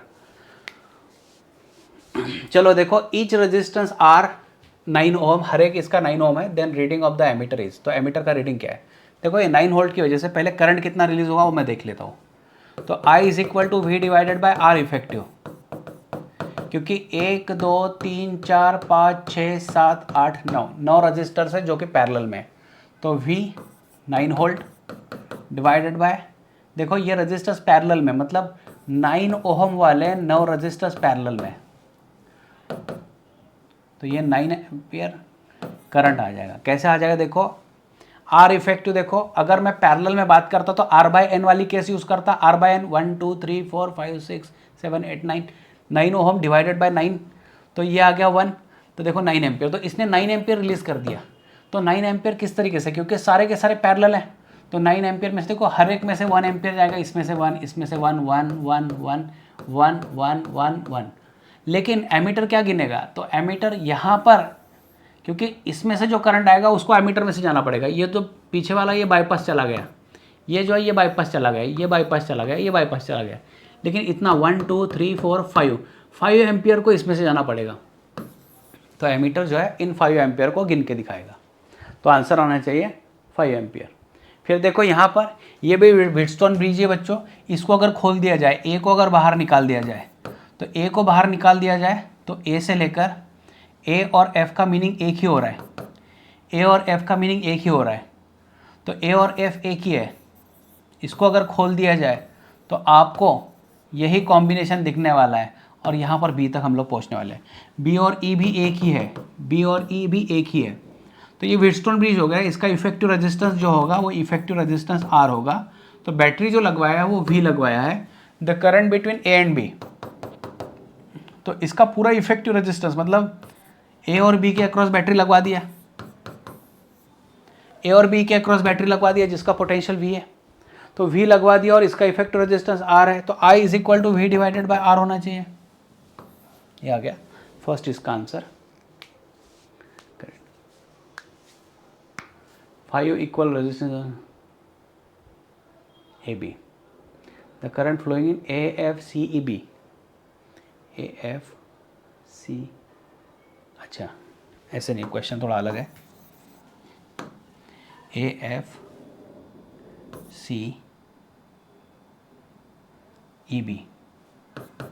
तो ऐसे आधा पूछा गया, ठीक है। इसको बता देते हैं AFCE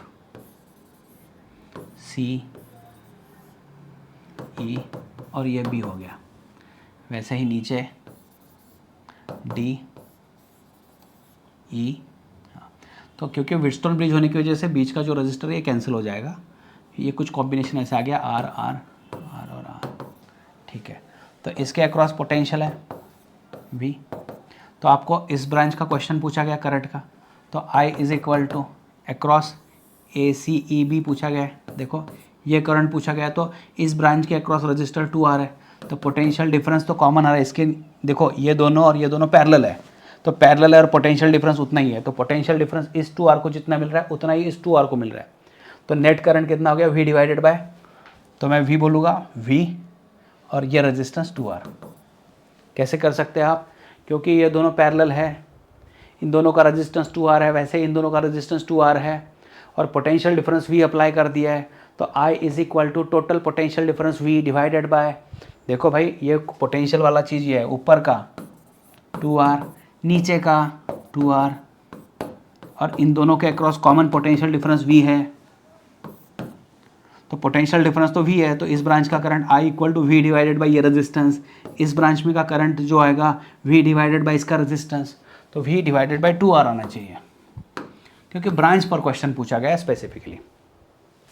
उसके बाद लास्ट यहाँ पर ये क्वेश्चन देख लेते बच्चों। 7 resistances are connected as shown in the figure, the equivalent resistance between A and B। तो A एंड B के बीच का रेजिस्टेंस, चलो ये भी मुझे व्हीटस्टोन ब्रिज दिख रहा है, कैसे देखो, तो A इन दोनों को मिला के हो जाएगा 5, फिर यहाँ पर इस पॉइंट तक आता है, फिर 3 ओम, ये B आ गया। उसके बाद में देखो ये 5 ओम, उसके बाद में 8 ओम, यहाँ पर मैं आता हूँ, इसके आगे जाता है, तो ये 6 और 6 पैरेलल है, 6 पैरेलल 6 बच्चों कितना हो जाता है 6/2, दैट इज इक्वल टू 3। तो 5 3 मुझे दिख रहा है, ये व्हीटस्टोन ब्रिज बैलेंस दिख रहा है, तो अभी बीच वाला जो हो जाएगा कट हो जाएगा, तो भाई A के ऊपर 8 ओम और नीचे भी 8 ओम, तो 8 पैरेलल 8 आ गया है, 8 पैरेलल 8 आ गया है, तो ये होना चाहिए 4 ओम, ये होना चाहिए 4 ओम। चलो आगे,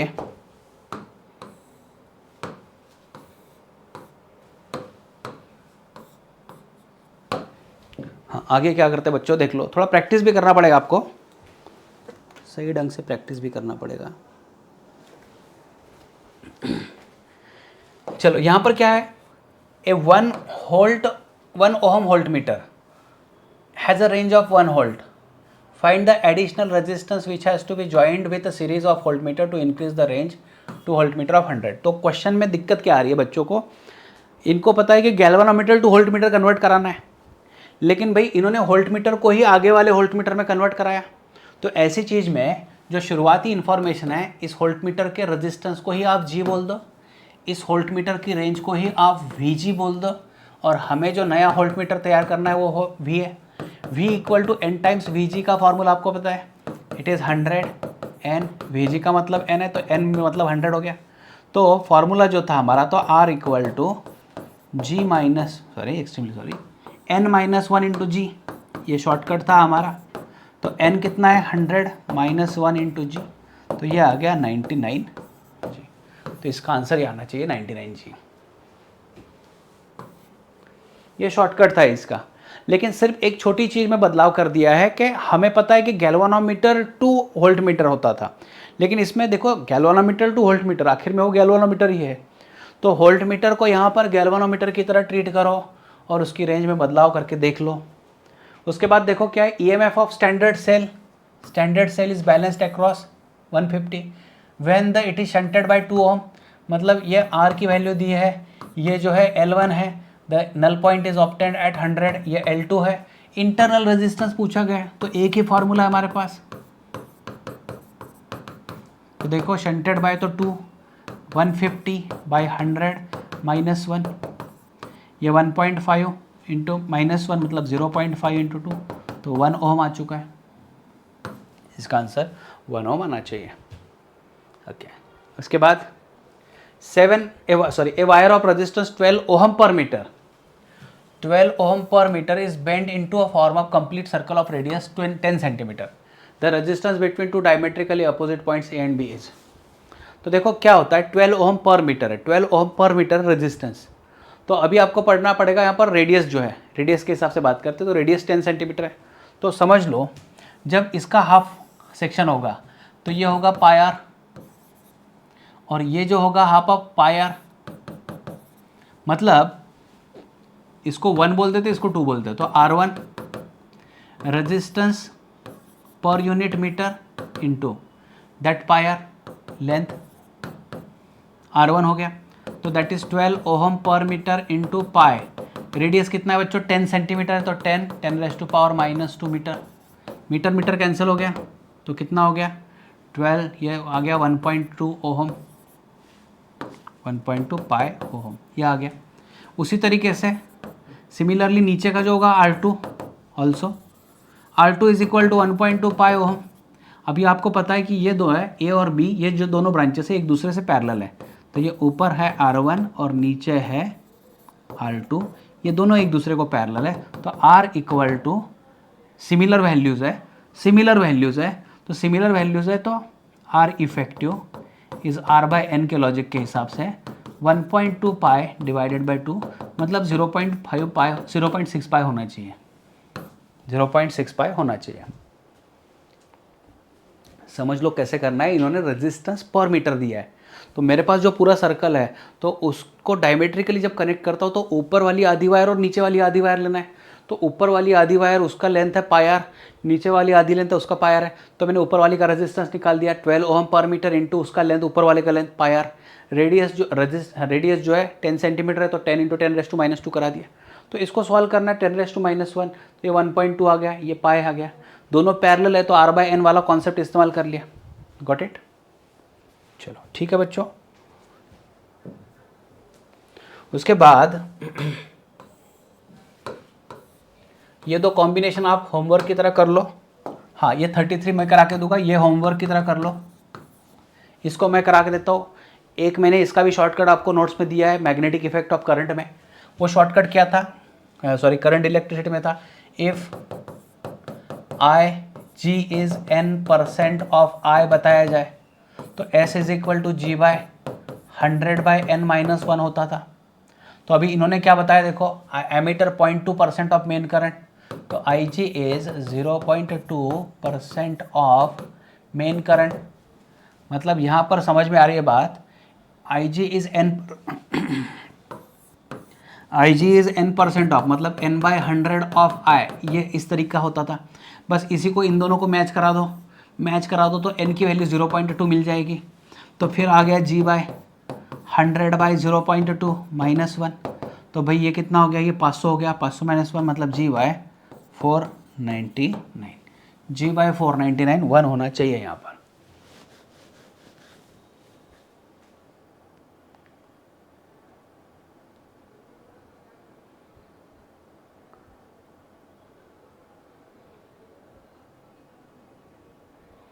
Ammeter is Ig is n% of I. Yes, G/499. Got it.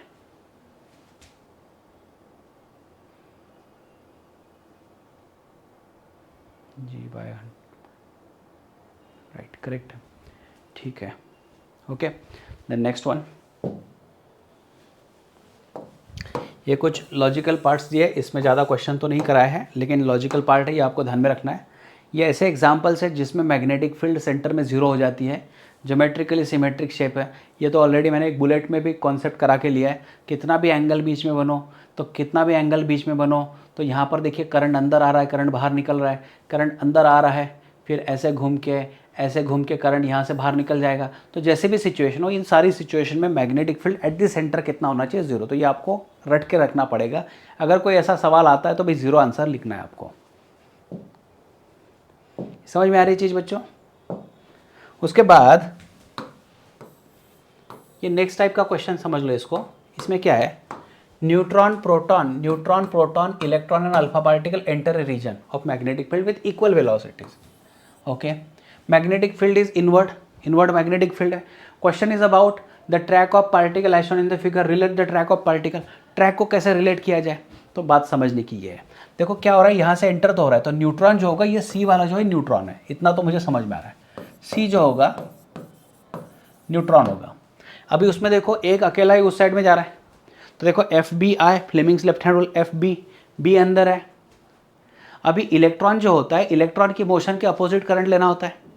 तो देखो क्या होता है, मान लीजिए इलेक्ट्रॉन जो है इस डायरेक्शन में जा रहा था, तो इलेक्ट्रॉन का मोशन ऐसे है, मतलब इलेक्ट्रॉन का करंट नीचे होगा, तो एफ बी मैग्नेटिक फील्ड ऐसे है।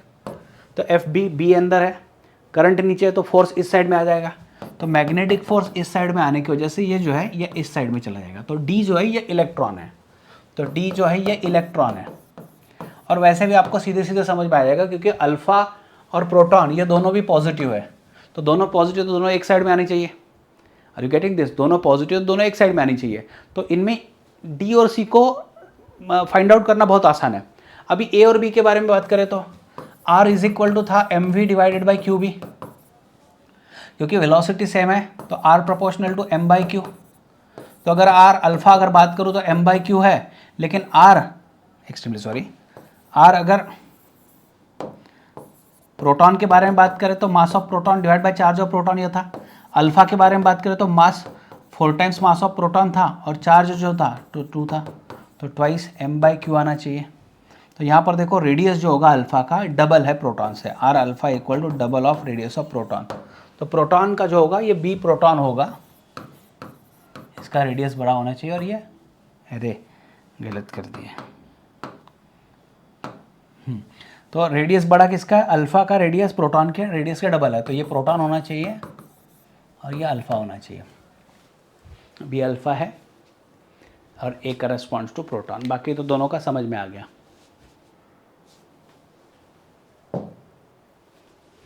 Yes, diamagnetism is the intrinsic property of every material and it is generated due to mutual interaction between applied magnetic field and orbital motion of electrons। इतना कर लो। अभी susceptibility wise देखें तो paramagnetic की susceptibility small and positive, लेकिन paramagnetic की जो susceptibility होती थी वो स्मॉल एंड पॉजिटिव होती थी, बहुत छोटा नंबर होता था, लेस देन 1 ही होता था, छोटा नंबर होता था। तो diamagnetic susceptibility XM less than 0 होता था। मतलब इसके लिए क्यू सही चल रहा है, बी के लिए क्यू सही चल रहा है, ए के लिए ठीक है। सुपर कंडक्टर जो होता है ससेप्टिबिलिटी इसकी -1 लेना पड़ता है। ये थोड़ा कंटेंट नहीं है आपको, लेकिन ससेप्टिबिलिटी -1 लेना पड़ेगा, तो इसका पी होना चाहिए। फेरोमैग्नेटिक सब्सटेंस का ससेप्टिबिलिटी बहुत ज़्यादा होता है, तो इसका आर होना चाहिए। तो paramagnetic susceptibility mu R greater than 1 होगा, क्योंकि पैरामैग्नेटिक का ससेप्टिबिलिटी देखो mu R is equal to 1 plus susceptibility होता है। 1 प्लस मान लीजिए ससेप्टिबिलिटी 0.8 है तो 1.8 ग्रेटर देन 1 आ गया, तो ये एस होना चाहिए। तो एस क्यू पी आर होना चाहिए, S Q P R right है। यस ठीक है बच्चों, इतना मुझे लगा था कि जो इंपॉर्टेंट लग सकता है वो मैंने यहाँ पर कवर करा लिया। तो प्रिपरेशन करो, कल जो होगा एटम्स और न्यूक्लियर पर हम लोग थोड़ा डिटेल में डिस्कस करने वाले हैं। वो बहुत इंपॉर्टेंट चैप्टर है, बड़ा भी चैप्टर है, लेकिन उस पर सवाल जो बनते हैं वो बहुत गारंटेड और बहुत अच्छे क्वेश्चन बनते हैं। Got it? चलो, थैंक यू वेरी मच।